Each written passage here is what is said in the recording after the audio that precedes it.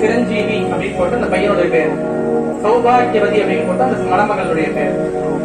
இந்த சௌபாகியவதி அப்படின்னு போடுறோம் இல்லையா, அப்படின்னா என்ன அர்த்தம் அப்படின்னா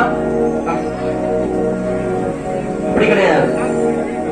சௌபாகியவதி அப்படின்னா என்ன அர்த்தம்னா, எவள் ஒருவள் தான் போன அந்த புகுந்த வீட்டுக்கு பெருமை சேர்த்து வம்சத்தை விருத்தி செய்து தன் கணவனை தன் கட்டுப்பாட்டிற்குள் வைத்திருக்கக்கூடிய சாதுரியத்தை கொண்டவர்கள். இந்த இப்பெல்லாம் அதாவது நம்ம முன்னெல்லாம் பார்த்தது இந்த பெண் குழந்தை அப்படின்னாலே மூச்சு சொல்லிப்பாங்க. அப்படி கிடையாது. சாஸ்திரத்தை பொறுத்த வரைக்கும் எந்த வீட்டுல பெண் பிறக்கிறாரோ அந்த வீட்டுல பெண் பிறந்த வீட்டுல வளர்ச்சியும். ஒரு வீட்டுல கல்யாணம் ஆகி முதல்ல மூத்தது பெண்ணா பிறந்துச்சுன்னா அவங்க அப்பா அவ்வளவு வளர்ச்சியும். ரெண்டாவது பையன் பிறக்கும், அதாவது முதல்ல பையன் பிறந்து ரெண்டாவது பொண்ணு பிறக்கிறத விட முதல்ல பெண் பிறந்து அடுத்து பையன் பிறக்கிறது அந்த வீட்டுக்கு அவ்வளவு பெரிய வளர்ச்சியும். என் வீட்டுல பார்த்தோம்னா பெண் மூத்த பெண் குழந்தை எல்லாத்தையும் பார்ப்போம். தம்பி அவகாசி சேர்த்து வாங்கி கொடுப்போம். அப்படிதான் காலங்கள் போயிட்டு இருக்கு.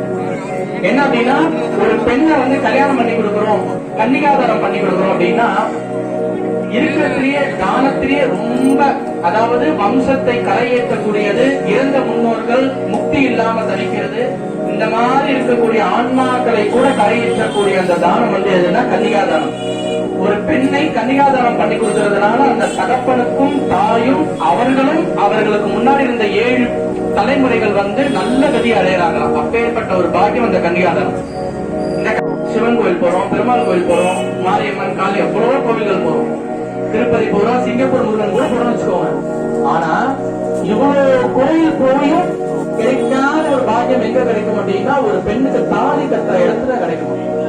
ஒரு தாலி கட்டக்கூடிய இடத்துல எல்லா தேவர்களும் அந்த இடத்துக்கு வருவாங்க, எல்லா தெய்வங்களும் வரும். அதனால அந்த இடத்துக்கு அவ்வளவு பெரிய மங்களம்.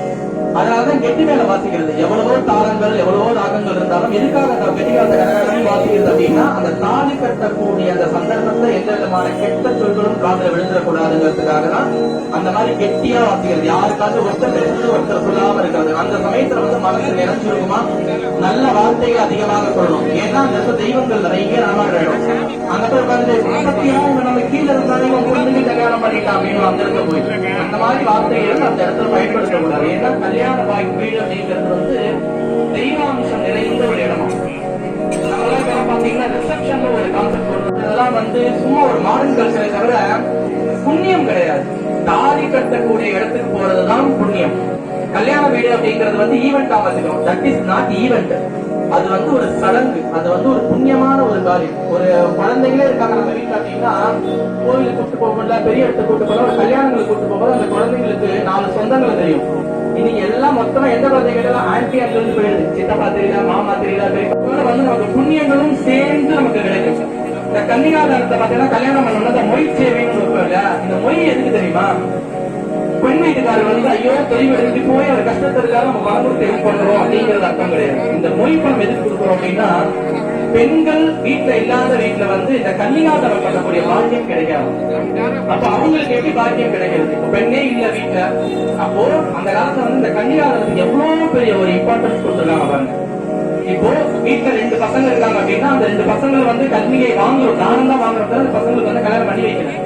அப்போ நம்ம வீட்டுக்கு எப்படி கன்னிகாதானம் பண்ண பலன் வரணும் அப்படின்னா, அந்த மொய் காசு நம்ம வந்து அந்த கல்யாண வீட்டுல நம்ம மொய் எழுதும் போது என்ன ஆகுமோ அந்த பலன்கள் நமக்கு கொஞ்சம் கிடைக்குமோ. அதுக்குதான் இந்த மொய் சம்பிரதாயம் அப்படின்னு ஒண்ணு வச்சோம். அதனால இந்த கல்யாணங்கள்லாம் ஒவ்வொரு மோஸ்ட்லி எல்லாருமே வந்து குழந்தைகள் எல்லாருமே இந்த தாலி கட்டுற நேரங்களுக்கு போகிற மாதிரி முயற்சி பண்ணுங்க. அந்த ரிசப்ஷனை மோஸ்ட்லி அவாய்ட் பண்ணிடுங்க.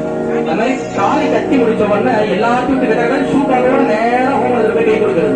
அதனால பொண்ணு மாப்பிள்ளை கையெல்லாம் கொடுக்க கூடாது. பெண்ணுக்கு வந்து மெட்டி போட்டதுக்கு அப்புறம் தான் பெண் கை கொடுக்கணும். ஏன்னா அந்த பையன் அந்த பெண் வந்து முழுவதுமாக அந்த மகளுக்கு உடமை அப்புறம் தான் ஆகுறா. நீங்க போய் கையை கொடுத்தீங்கன்னா 2 பேரும் பிரிச்சா மாதிரி ஆயிடும். ஏன்னா அவங்களுக்கு அந்த முடிச்சு போட்டிருப்பாங்க, அது வந்து பிரிச்சா மாதிரி. அதனால கல்யாண வீட்டுல பொண்ணு ஆசுவாசமா போய் புண்ணியங்களை சம்பாதிக்கக்கூடிய அந்த ஒரு சோர்ஸோட போங்க. ஏன்னா அந்த கல்யாணம்ங்கிற அந்த வார்த்தைக்கு அவ்வளவு விஷயம். அது வந்து ஈவெண்ட் கிடையாது, அது ஒரு மங்களகரமான காரியம். இப்ப அடுத்தது சுவாமிக்கு வந்து திருமங்கல தானம் வாங்க போறது.